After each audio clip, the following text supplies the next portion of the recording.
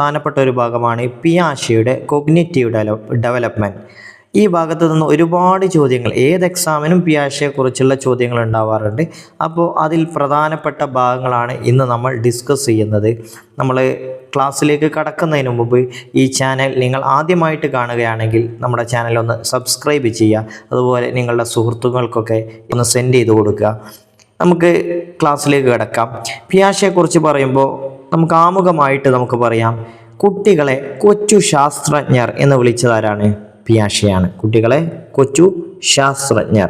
അതുപോലെ വൈജ്ഞാനിക വികാസത്തിൻ്റെ ഘട്ട സിദ്ധാന്തങ്ങൾ, സ്റ്റേജ് തിയറി ഓഫ് ഡെവലപ്മെൻറ്റ്, അത് ആവിഷ്കരിച്ചതും പിയാഷെയാണ്. പിന്നെ പിയാഷെയുടെ കോഗ്നിറ്റീവ് തിയറി അറിയപ്പെടുന്നത് സൈക്കോജെനറ്റിക് എപ്പിസ്റ്റമോളജി എന്നാണ്. ഈ 3 കൺസെപ്റ്റും നിങ്ങൾ പഠിച്ചിരിക്കുക. അതുപോലെ പിയാഷെയുടെ പുസ്തകങ്ങൾ, പ്രധാനപ്പെട്ട പുസ്തകങ്ങളാണ് the psychology of the child, the language and thought of the child, genetic epistemology, the psychology of intelligence. ഈ 4 പുസ്തകങ്ങളും പിയാഷെ എഴുതിയിട്ടതാണ്. മറ്റു പുസ്തകങ്ങളൊക്കെ ഉണ്ട്. പ്രധാനപ്പെട്ട 4 പുസ്തകമാണ് ഇവിടെ കൊടുത്തിട്ടുള്ളത്. നമുക്കറിയാം പിയാഷെ കോഗ്നിറ്റീവ് ഡെവലപ്മെൻറ്റിൻ്റെ ആളാണ്. അതുകൊണ്ട് തന്നെ നമുക്ക് ചിന്താ പ്രക്രിയയെ അല്ലെങ്കിൽ തിങ്കിങ് പ്രോസസ്സിനെ കുറിച്ച് പറയേണ്ടതുണ്ട്. അപ്പോൾ തിങ്കിങ് പ്രോസസ്സിൻ്റെ വികാസത്തിന് നിദാനമായത് പ്രധാനമായും 4 ഘടകങ്ങളാണ്. ആദ്യത്തെ ഘടകം ബയോളജിക്കൽ മെച്ചുറേഷൻ. അടുത്തത് ആക്ടിവിറ്റി അല്ലെങ്കിൽ ആക്റ്റീവ് എക്സ്പ്ലോറേഷൻ എന്ന് പറയാം. മൂന്നാമത്തേത് സോഷ്യൽ എക്സ്പീരിയൻസ് ആണ്.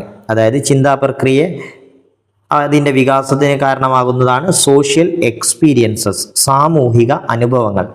നാലാമത്തേതാണ് ഇക്വിലിബ്രേഷൻ, സന്തുലനീകരണം. ഓക്കെ, ഇത് നമുക്കൊന്ന് ഡിസ്കസ് ചെയ്യാം. അതിനു മുമ്പ് ഒരു ക്വസ്റ്റ്യൻ വന്നതാണ് സിടെറ്റ് എക്സാമിന് 2015 ചോദിച്ചൊരു ചോദ്യമാണ്. According to Piaget's theory, which one out of the following will not influence one's cognitive development?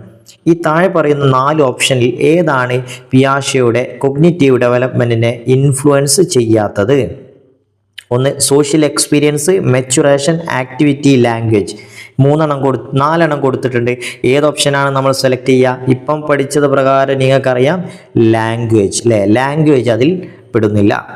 ഇനി നമുക്ക് നോക്കാം എന്താണ് മെച്ചുറേഷൻ അല്ലേ? മെച്ചുറേഷൻ അപ്പോൾ ആക്ടിവിറ്റി അല്ല കേട്ടോ. മെച്ചുറേഷൻ എന്താണ്? ഇവിടെ ആക്ടിവിറ്റി എന്ന് കൊടുത്തിട്ടുണ്ട്. മെച്ചുറേഷൻ നോക്കാം.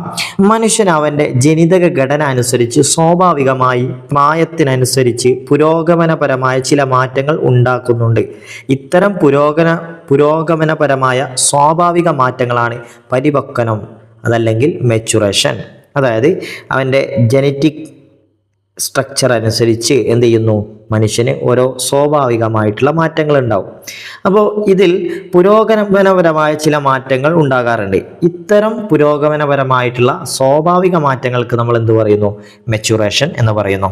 ഇനി ആക്ടിവിറ്റിയെക്കുറിച്ച് പറയുമ്പോൾ, within the environment an individual acquires knowledge not by passively copying object in the environment but by acting upon them. അതാണ് പ്രധാനപ്പെട്ടത്. അതായത് നമ്മൾ നോളജ് പാസീവായിട്ട് കോപ്പി ചെയ്യുന്നതല്ല, മറിച്ച് എന്താണ്? മനുഷ്യൻ ആക്റ്റീവായിട്ട് പ്രവർത്തിക്കുമ്പോഴാണ്, അതിനെ നമ്മൾ ആക്ട് ചെയ്യുമ്പോഴാണ് ഉണ്ടാവുന്നത്. അതാണ് ആക്ടിവിറ്റി. അടുത്തത് സോഷ്യൽ എക്സ്പീരിയൻസ്, സാമൂഹ്യ ഇടപെടലുകളിലൂടെ മറ്റുള്ളവരിൽ നിന്ന് പഠിക്കുന്നത് വൈജ്ഞാനിക വികാസത്തെ സ്വാധീനിക്കും. കാരണം സോഷ്യൽ എക്സ്പീരിയൻസ്, സാമൂഹ്യ ഇടപെടലുകൾ, അതായത് സമപ്രായക്കാരോട്, ഫാമിലിയോട്, സൊസൈറ്റിയോട് അല്ലേ, ഇവരോടൊക്കെ അവരെന്ത് ചെയ്യുന്നു? ഇടപഴകുന്നുണ്ട്. ഇതിൽ നിന്ന് ഒരുപാട് ഭൗതിക വികാസങ്ങൾ കുട്ടിക്കുണ്ടാവുന്നുണ്ട്. അപ്പോൾ ഈ 3 കാര്യങ്ങൾ നമ്മൾ പറഞ്ഞു. ഇതിൽ 4ാമത്തെ കാര്യം ആണ് പിയാഷെ ഊന്നി പറയുന്നത്. അതിൽ പ്രോസസ് ഓഫ് കോഗ്നിറ്റീവ് ഡെവലപ്മെൻറ്റ്. പിയാഷെ തൻ്റെ തിങ്കിങ് പ്രോസസ്സിനെ അല്ലെങ്കിൽ അതിൻ്റെ ഡെവലപ്മെൻറ്റിനെ 2 രീതിയിൽ കാണുന്നുണ്ട്. ഒന്ന് കോഗ്നിറ്റീവ് ഡെവലപ്മെൻറ്റിൻ്റെ പ്രോസസ്സ്, പ്രക്രിയകൾ എന്തൊക്കെയാണ്. അതുപോലെ രണ്ടാമത്തേത് അതിൻ്റെ സ്റ്റേജസ് ആണ്. അപ്പോൾ ഇങ്ങനെ 2 രീതിയിലാണ് പിയാഷെ എന്ത് ചെയ്യുന്നത്? പിയാഷെയുടെ ആശയങ്ങളെ നമുക്ക് തരംതിരിക്കാൻ പറ്റുന്നത്. അതിൽ 1ാമത്തെ കാര്യമാണ് ഏത്? പ്രോസസ് ഓഫ് കൊഗ്നിറ്റീവ് ഡെവലപ്മെൻറ്റ് അതുമായി ബന്ധപ്പെട്ട് ഡിസ്കസ് ചെയ്യുമ്പോൾ അതിൻ്റെ ഒരു ഭാഗമായിട്ടാണെന്ത് ഇക്വിലിബ്രേഷൻ എന്നത് പറയുന്നത്. അതായത് എല്ലാ വ്യക്തികൾക്കുമുള്ള രണ്ട് മാറ്റമില്ലാത്ത അടിസ്ഥാന ധർമ്മങ്ങളെ പിയാഷെ സംഘാടനം എന്നും അനുരൂപീകരണം എന്നും വിശേഷിപ്പിക്കുന്നു. അപ്പോൾ ഇക്വിലിബ്രേഷൻ്റെ ഭാഗമായിട്ട് രണ്ട് ഘടകങ്ങളുണ്ട്. ഒന്ന് സംഘാടനം ഓർഗനൈസേഷൻ, അതുപോലെ തന്നെ അഡാപ്റ്റേഷൻ അനുരൂപീകരണം. ഈ രണ്ട് കാര്യങ്ങളാണ് എന്തെന്ന് സന്തുലനീകരണത്തിലേക്ക് നയിക്കുന്നത്.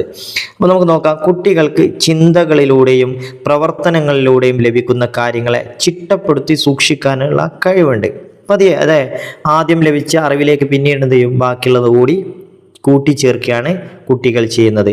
ഇതിനാണ് എന്ത് പറയുക, ഓർഗനൈസേഷൻ എന്ന് പറയുക, അതല്ലെങ്കിൽ സംഘാടനം എന്ന് പറയുന്നത്. ക്ലിയർ? അവർ ചിന്താശേഷിയിൽ ലഭിക്കുന്ന കാര്യങ്ങൾ എന്ത് ചെയ്യും, ചിട്ടപ്പെടുത്തി ഇങ്ങനെ ഓർഗനൈസ് ചെയ്ത് വെക്കും. പിന്നെ ആദ്യം കിട്ടുന്നതിലേക്ക് പിന്നീട് പുതിയതായി വരുന്നത് കൂട്ടിച്ചേർക്കും. ഇങ്ങനെയാണ് കുട്ടികളിൽ സംഘാടനം അല്ലെ ഓർഗനൈസേഷൻ നടക്കുന്നത്. പിന്നെ ഇവിടെയുള്ള പ്രധാനപ്പെട്ട ഒരു പോയിന്റാണ് സ്കീമ. അതായത് വൈജ്ഞാനിക ഘടനയുടെ അടിസ്ഥാനങ്ങളെ അല്ലെങ്കിൽ അടിസ്ഥാന ഘടകങ്ങളെ പിയാഷ വിളിച്ച പേരാണ് സ്കീമാസ്. ഓക്കെ, അപ്പോൾ ഈ സ്കീമകൾ എന്ത് ചെയ്യുന്നു, ബേസിക് യൂണിറ്റ് ആണിത്. ഇതിൻ്റെ പ്രധാനപ്പെട്ട രണ്ടാമത്തെ കാര്യമാണ് അഡാപ്റ്റേഷൻ, അതല്ലെങ്കിൽ സമായോജനം. അല്ലേ, നമുക്കറിയാം സമായോജനം എന്ന് പറഞ്ഞാൽ വ്യക്തികൾക്ക് ചുറ്റുപാടിനോട് ഇണങ്ങിച്ചേരുവാനുള്ള താല്പര്യത്തിനാണ് നമുക്ക് എന്ത് പറയുക, സമായോജനം എന്ന് പറയാം, അല്ലെങ്കിൽ അഡാപ്റ്റേഷൻ. ഇത് രണ്ട് രീതിയിലാണ് നടക്കുന്നത്. ഒന്ന് അസിമിലേഷനിലൂടെയും രണ്ടാമത്തേത് അക്കോമഡേഷനിലൂടെയും. അപ്പോൾ അസിമിലേഷൻ എന്ന് പറഞ്ഞാൽ നിലവിലുള്ള അറിവുകൾ ഉപയോഗിച്ച് പുതിയ സാഹചര്യത്തെ മനസ്സിലാക്കാൻ ശ്രമിക്കുന്നു. ഇതാണ് സ്വാംശീകരണം, അസിമിലേഷൻ. അതായത് നിലവിൽ കുട്ടിയിൽ എന്തുണ്ട്, കുറച്ച് അറിവുകൾ ഉണ്ടാവുമല്ലോ. അപ്പോൾ ഇത് വെച്ചിട്ട് പുതിയ കാര്യങ്ങൾ മനസ്സിലാക്കുന്നു. ഉദാഹരണത്തിന് പൂച്ചയെക്കുറിച്ച് ഒരു കുട്ടിക്ക് അറിവുണ്ടോ എന്ന് വിചാരിക്കൂ. അപ്പോൾ ഈ പൂച്ച അവനറിയാം, അവൻ ആരെ കാണുന്നു, ഒരു കീരിയെ കാണുന്നു എന്ന് വിചാരിക്കും. അപ്പോൾ നിലവിൽ കീരിയെ കാണുമ്പോൾ പൂച്ചയുടെ ഏകദേശ രൂപങ്ങൾ അവൻ മനസ്സിലാക്കുന്നു. അങ്ങനെ പൂച്ചയെപ്പോലെ കീരി അല്ലേ പൂച്ചയാണെന്ന് വിചാരിക്കുന്നു. പക്ഷേ യഥാർത്ഥത്തിൽ കീരി പൂച്ചയല്ലല്ലോ. അപ്പോൾ ആണ് അക്കോമഡേഷൻ നടക്കുന്നത്. അതായത് കീരി പൂച്ചയല്ല എന്ന് അവൻ മനസ്സിലാക്കുകയും നിലവിലുള്ള സ്കീമകളിൽ മാറ്റം വരുത്തിയോ അതല്ലെങ്കിൽ പുതിയ സ്കീമകൾ സൃഷ്ടിച്ചോ പുതിയ സന്ദർഭത്തെ നേരിടുന്നതിനാണ് സംസ്ഥാപനം അല്ലെങ്കിൽ അക്കോമഡേഷൻ എന്ന് പറയുന്നു. അപ്പോൾ നിലവിലുള്ളതിലേക്ക് കൂട്ടിച്ചേർക്കുന്നു, പിന്നെ അതിനെന്തെങ്കിലും മാറ്റം വരുത്തണമെങ്കിൽ മാറ്റം വരുത്തുന്നതിനാണ് എന്ത് പറയുക, അക്കോമഡേഷൻ എന്ന് പറയാം. ക്ലിയർ ആയി എന്ന് വിചാരിക്കുന്നു. അപ്പോൾ ഈ രണ്ട് രീതിയിലാണ് അസിമിലേഷനും അക്കോമഡേഷനിലൂടെയുമാണ് കുട്ടി അഡാപ്റ്റേഷൻ നടത്തുന്നത്. അഡാപ്റ്റേഷനും അതുപോലെ തന്നെ ഓർഗനൈസേഷനും ശരിയാവുമ്പോഴാണ് കുട്ടിയിൽ സന്തുലനീകരണം ഉണ്ടാവുന്നത്. ഇതാണ് പിയാഷയുടെ പ്രോസസ് ഓഫ് കോഗ്നിറ്റീവ് ഡെവലപ്മെൻറ്റ്. അപ്പോൾ അതുമായി ബന്ധപ്പെട്ട ഒരു ചോദ്യം നോക്കൂ. സ്കീമ എന്ന വൈജ്ഞാനിക ഘടന രൂപം കൊള്ളുന്നത് പഠിതാവ് നേടുന്ന അറിവുകളും അനുഭവങ്ങളും രണ്ട് പൂരക സമ്പ്രദായങ്ങളിലൂടെ രൂപപ്പെട്ട് വികസിച്ചതാണെന്ന് യാങ് പിയാഷ അഭിപ്രായപ്പെട്ടത്. ആ രണ്ട് സമ്പ്രദായങ്ങൾ ഏവ? 2022 കേട്ടറ്റിന് ചോദിച്ച ചോദ്യമാണ്. Piaget opined that schemas are concepts which evolve and develop through two complementary systems. Name those two systems. English വായിക്കുമ്പോൾ സിമ്പിളായിട്ട് കിട്ടുന്നു അല്ലേ. അപ്പോൾ ഏത് കോംപ്ലിമെൻ്ററി സിസ്റ്റത്തിലൂടെയാണ് സ്കീമകൾ അല്ലേ എവോൾവ് ചെയ്യുന്നത്? അതെ, സ്കീമാസ് എന്ന കൺസെപ്റ്റിനെ കുറിച്ച് പറയുമ്പോൾ അത് എവോൾവ് ചെയ്ത് അതുപോലെ തന്നെ ഡെവലപ്പ് ചെയ്ത രണ്ട് കോംപ്ലിമെൻ്ററി സിസ്റ്റം ഏതാണെന്ന ചോദ്യം. അപ്പോൾ നമ്മൾ ഏതാണ് ഉത്തരം? അക്കോമഡേഷനും അസിമിലേഷനും അല്ലേ. ഏതാണ് ഓപ്ഷൻ നോക്കൂ, ഓപ്ഷൻ സി ആണ് അല്ലേ. ഓപ്ഷൻ സി ആണ് അസിമിലേഷൻ ആൻഡ് അക്കോമഡേഷൻ. അപ്പോൾ ഈ ഒരു ക്വസ്റ്റ്യൻ ആണ് കേട്ടറ്റ് എക്സാമിന് ചോദിച്ചത്. ഇതുപോലെ പിയാഷയുടെ ഒരുപാട് ചോദ്യങ്ങൾ ചോദിച്ചിട്ടുണ്ട്, നമുക്ക് പറയാം. അപ്പോൾ കോഗ്നിറ്റീവ് ഡെവലപ്മെൻറ്റിൻ്റെ പ്രോസസ്സാണ് ഇവിടെ കേട്ടോ. അടുത്ത വീഡിയോയിൽ നമ്മൾ പിയാഷയുടെ അടുത്ത കൺസെപ്റ്റ്, അതായത് സ്റ്റേജസ് ഓഫ് കോഗ്നിറ്റീവ് ഡെവലപ്മെൻറ്റ്, അതാണ് ഡിസ്കസ് ചെയ്യുന്നത്. നിങ്ങൾ കൺസെപ്റ്റുകൾ മനസ്സിലാക്കി പഠിക്കുക. അങ്ങനെയാകുമ്പോൾ ആപ്ലിക്കേഷൻ ലെവലിൽ വരുന്ന ചോദ്യങ്ങൾ പോലും നമുക്ക് കേട്ടറ്റ് എക്സാമിനും അതുപോലെ തന്നെ UP സ്കൂൾ എക്സാമിനൊക്കെ എഴുതാൻ പറ്റും. So thank you.